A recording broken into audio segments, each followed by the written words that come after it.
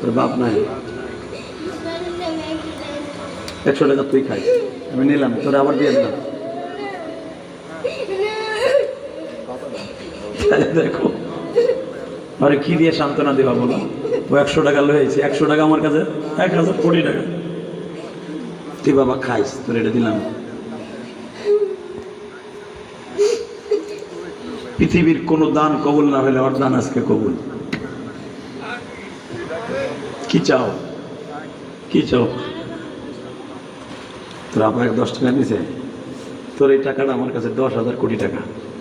আল্লাহ তুমি ওরে বলে আলম বানায়ো। আল্লাহ ওর বাবাকে মাফ করে দিও, ওর মাকে মাফ করে দিও।